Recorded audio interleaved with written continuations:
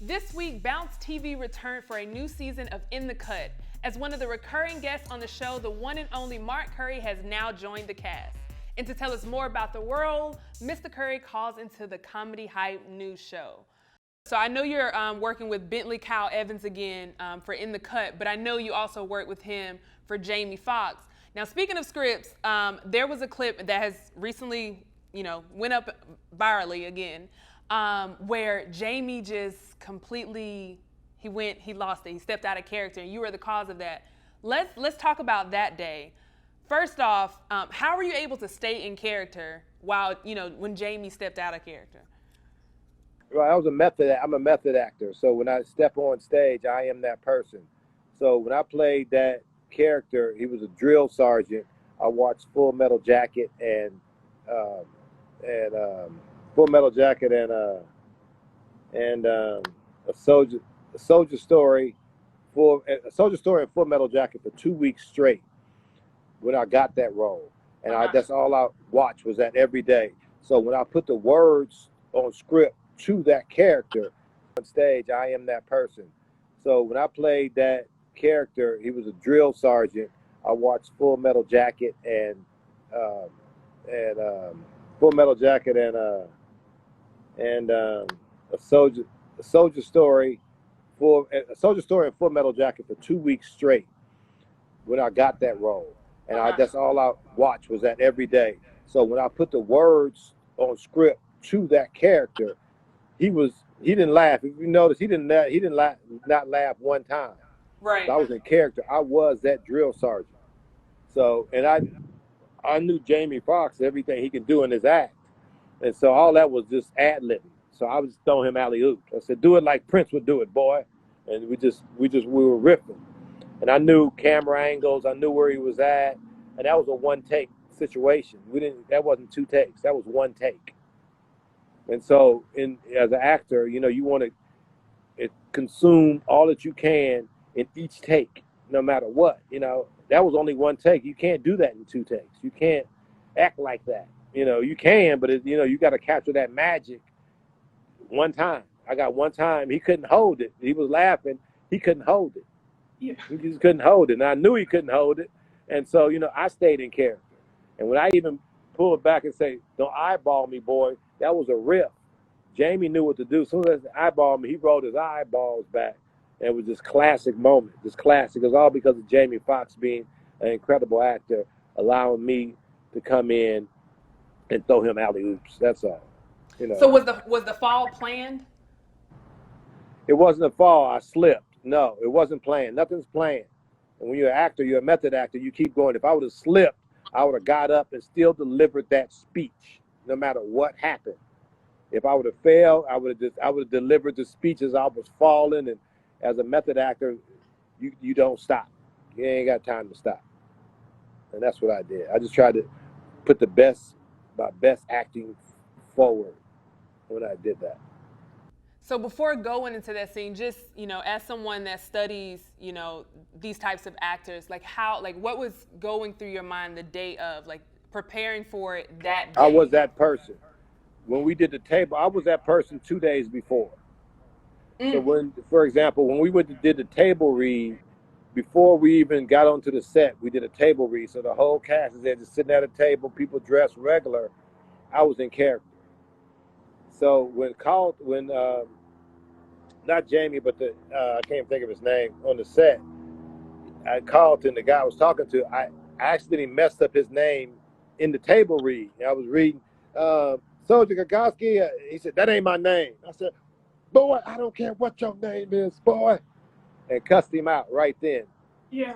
Jamie Foxx ran out the room laughing. He ran out. He said, what? And he ran out. Because I was in character. And the dude said, man, that ain't my name. I said, I don't care what your name is, boy. I'll call you goddamn dogs or whatever. And bam, and right then, he was, that character was smoking.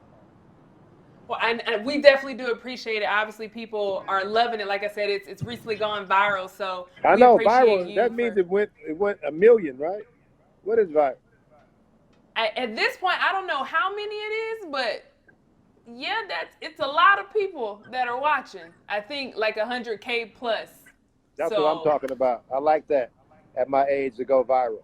How many people can say oh that? yeah, because it means you're reaching not not just your generation, but the newer generation. They're starting to see those clips and sitcoms that you said don't they aren't the same. Right, right, right, right, right. That's awesome. It makes me feel good. Now, I know you're a man from Oakland, which is also, home of the Black Panthers. And right now, with everything that's going on, I just kind of want to get your thoughts. How do you think right now, what's going on in 2020, the Black Panthers would respond?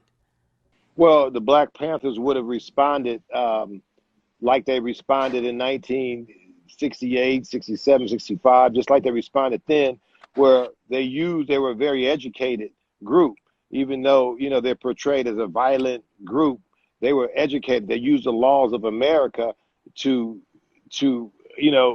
go against the racial adversity in America. So they used the laws. They were the first ones to carry guns on the state capitol because it says you can carry guns, just like right now. So I think that the Black Panther Vanguard would have been in there and they would have been telling the truth about the administration or whatever's going on in the world. And they would have found an educational way to protest, maybe a way to jump in they would have found something, an educational way by reading the book, by reading the laws and breaking it down.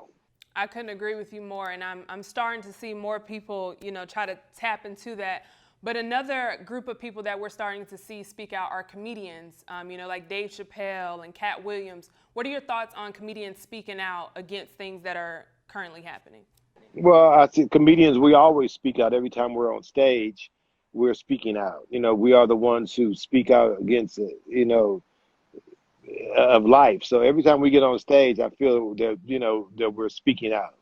We have a great voice and we can bring that message with through a comedic way. So we're saying the same thing, but we just have a funny way of saying it. And so I think it's everybody, whoever wants to whatever your form of protest, right on to you. That's what I think. You couldn't have said that better. I agree. Everybody has a task, so I definitely agree with you there. So Yeah. speaking of those, like I said, Katt Williams is one of those who has used his platform to, speak up against. I know Katt Williams was kind of in Oakland. Did you guys ever, link up or grow up while you were in Oakland, growing up in Oakland? I remember seeing Katt when he was in Oakland when he was first starting out. That's why I remember Katt when he was first starting. I remember I spoke to him before he was even Katt Williams. So and so I spoke to him. I was on tour with Katt for like 3 years also. So you said you and Katt Williams went on tour together. How was that? It was beautiful. It was awesome. We did great cities. It was awesome. Awesome. What was the relationship like between you two? Great, great. We're comedians, and so we wrote together. We're awesome. We're comedians. He's a great guy. He's a fabulous, talented, very funny superstar. Who are some of the comedians you were coming up with? So I know you and Katt Williams went on tour together. He was kind of in that Oakland, but in your era, who were some of those comedians that you came up with? We came up with Bernie Mac. Came up with D.L. Hughley, Earthquake, all the veterans. Samoa, all the veterans. Tommy Davidson, Sinbad, Paul Mooney, and a host of. I'm pretty sure there's a lot more. I've been in the game since '87. Right. Been in the game a long time. That's some heavy hitters that you named. That's all heavy hitters. They all heavy hitters. When I came up, imagine all those guys on stage. When I came up, the stage was so littered with guys. Talking about stacked. Martin Lawrence. These are all. Imagine you go to the show, Martin Lawrence, Tommy Davidson used to get standing ovations every time he went up. Yeah. He a beast. All these guys are beasts. I feel all the guys, my old veteran guys, are beasts, including Sinbad. Probably, Sinbad can go. Was it ever competitive? Like, was there like competitive nature? Because I know comedy is a competitive art in itself. Definitely competitive. Was there anybody in particular that you had any competition with, or?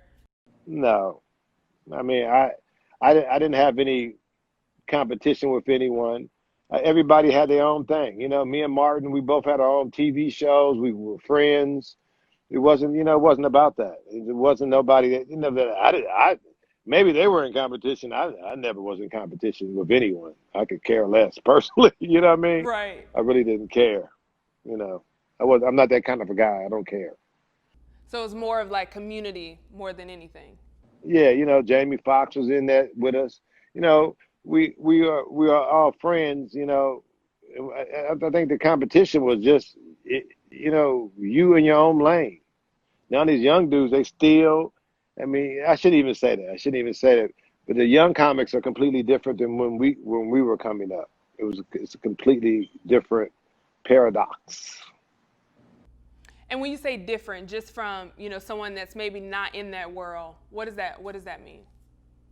When you say different, you know, they feel they don't need to pay them dues. They feel been doing comedy for 2 years and I'm ready and, you know, ready to go. No, no, no, no, no. It just said we had a different group of comedians. We were veterans. We had been on the road.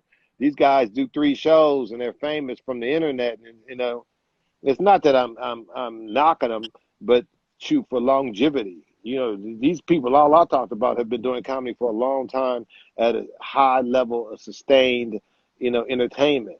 You know, we're seeing things happen around us, but it's coming a time where our community is trying to mend together and, you know, really come together and unify.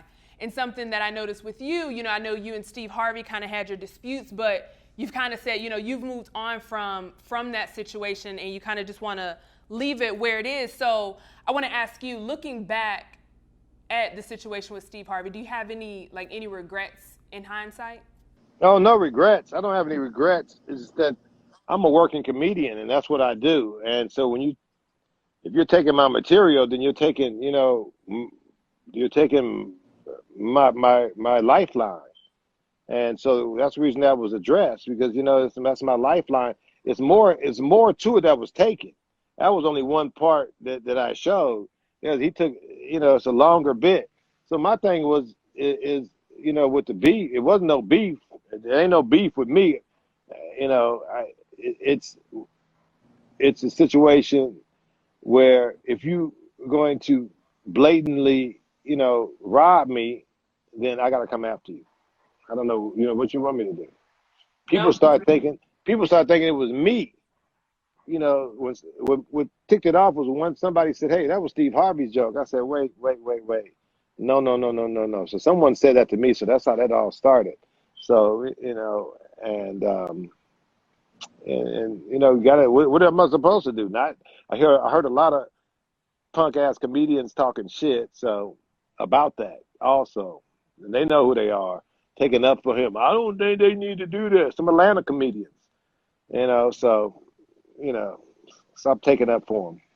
So, and I noticed there, or it's been said that there are a lot of similarities between Hanging with Mr. Cooper and the Steve Harvey show. Do you think that, you know, Steve kind of took the concept from that show, from Hanging with Mr. Cooper? Look at the show.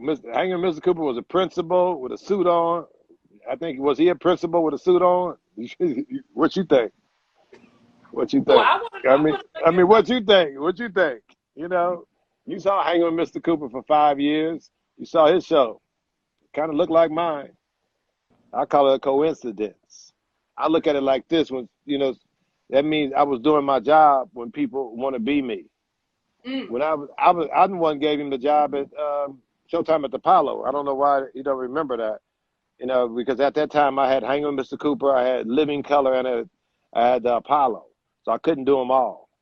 So, right. You know, people forget. But that's all right. I'm happy. We can see that, and your whole aura shows that.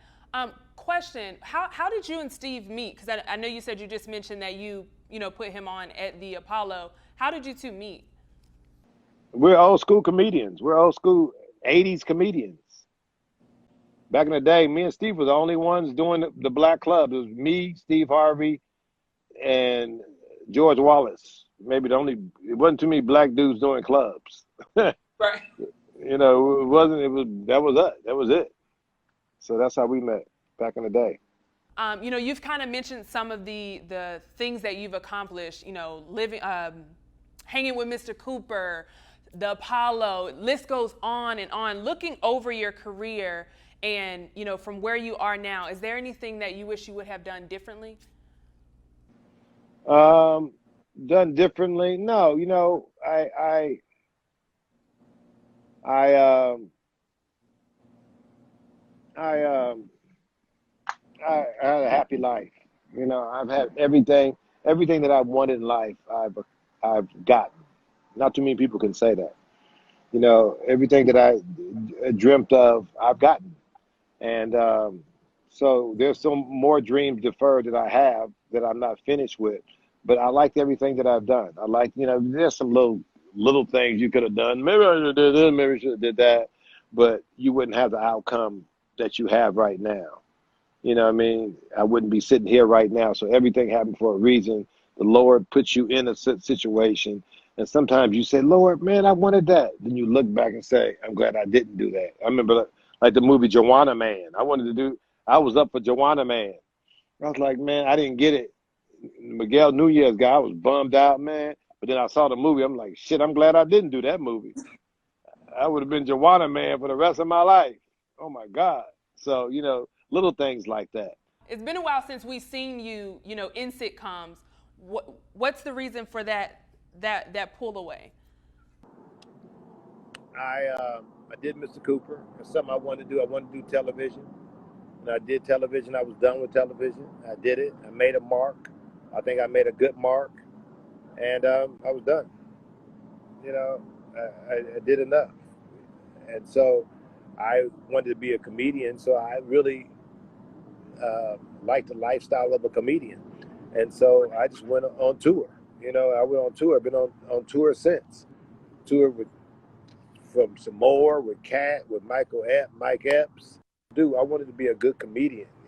Deep down inside, you see a lot of guys who could do comedy. They may fill up arenas. They do a lot, but they're not happy within themselves. They're not a comedian. I like Dave Chappelle's career. All he does is do comedy. He don't do movie. He don't do nothing. He's just a comedian. And to me, I thought that was a beautiful thing, and that's what I wanted to do. And so that's what I did. And so now I'm back on the limelight at my choosing. I come back, when I want to. And so now I'm back. And here I am, comedy hype. What?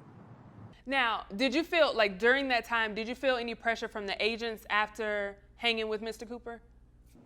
Oh, yeah, there would be people asked me to do a lot. I got asked to do a whole lot of shows. I just say no, thank you. I just don't, didn't want to do it.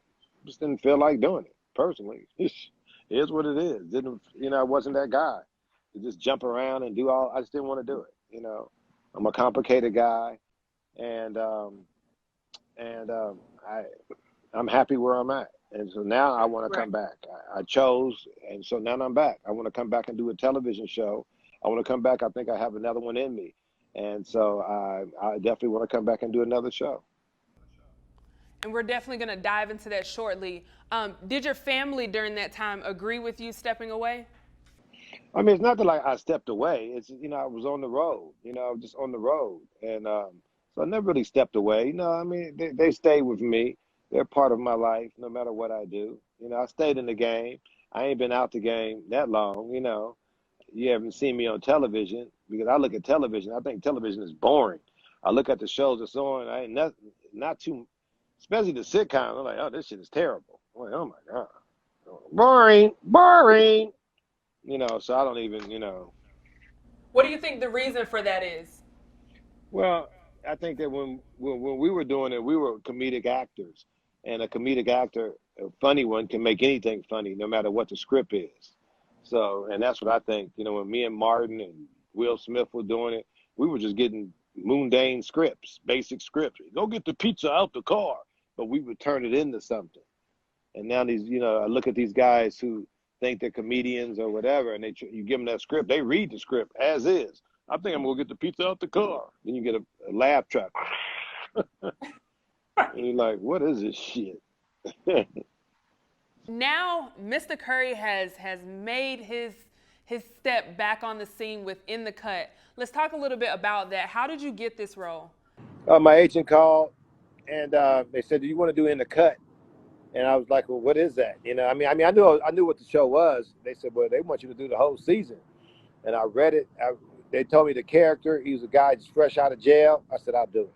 I love characters, so I play this guy fresh out of jail. I go move in with, his name is Wade. I move in with Cheryl, who is and with and Dorian, so I move in. I'm Cheryl's brother, so I move in with them. I get a job at the barber shop. So here I am, fresh out of jail. I'm gang banging. I'm throwing up. I got a tattoo. What's up, Bo? What's your name? And what made you choose now to step back into sitcoms? Well, I mean, it was fun. You know, it was great. They offered me the role. I didn't have to audition. They knew who I was. They offered me the role. It was a whole season of it. And the character just got out of jail. I ain't bound to play no boring character. He's just a man who has a child, a son. He's trying to get his son to realize who he is. And shit, I got a chance to play a dude straight out of jail. Yeah, what's up, folks?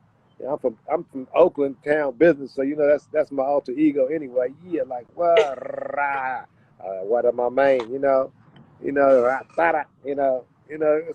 just like an ATL thing, and so I got a chance to play that. So I get to see it tonight. I didn't get a chance to see it, so I'm excited to watch it. I love Bounce TV. I love Black TV. I have a TV in my studio. It just is on Bounce. I got to tell Bounce that I keep it on Bounce TV because it's Black TV. So I keep it on there 24 hours a day. And so, so I'm excited to come back. I hope everybody likes it. I hope people laugh. And, that's what I'm just trying to do, just to make them laugh. And it's time for me to come back to television. And I'm ready to come back. I feel, I'm going to cut this hair and come back and, maybe do a Mr. Cooper reunion. I see Will Smith is doing the reunion. We might as well get back and do a reunion. No reason why we can't. So now we're all that time that you've been gone, we get to see it all come back within this role, right? Yes, we get to see it come back. And then is there anything else that we can look forward to coming from Mr. Cooper? Yes, I have a new podcast coming up called Mark Curry 360. So look at my Instagram, The Real Mark Curry. It'll tell you what it'll be on. So I'll be interviewing everyone from Raven-Symoné, Tyra Banks, all the way through. So it's called Mark Curry 360 podcast coming this September. So look for it. The Real Mark Curry on Instagram. Bow, bow, bow. Comedy hype. We are definitely. Let me do one for you. How you doing? Excited. This is Mark Curry from Hanging with Mr. Cooper. But now I'm hanging with Comedy Hype. If you're not hanging with Comedy Hype, you hanging with just some hype.